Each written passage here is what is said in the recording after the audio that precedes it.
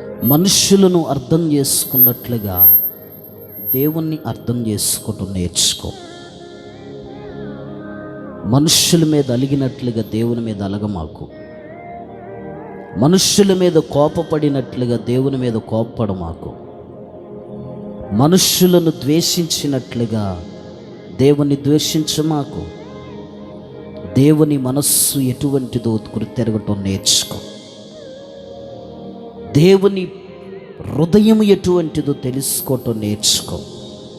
అంతేగాని నీ జీవితంలో ఎదురయ్యే కష్టాన్ని చూసుకొని, దుఃఖమును చూసుకొని, శ్రమను చూసుకొని, శోధనను చూసుకొని మాత్రము దేవుని మీద అలగమాకు. దేవునిని అసహించుకోమాకు. దేవుని దూషించమాకు. ఆయన మనస్సు చాలా మంచి మనస్సు. మనం ఆరాధిస్తున్న దేవుడు చాలా మంచి దేవుడు. నీకు సహాయం చేసే దేవుడు, నిన్ను ఆదుకునే దేవుడు.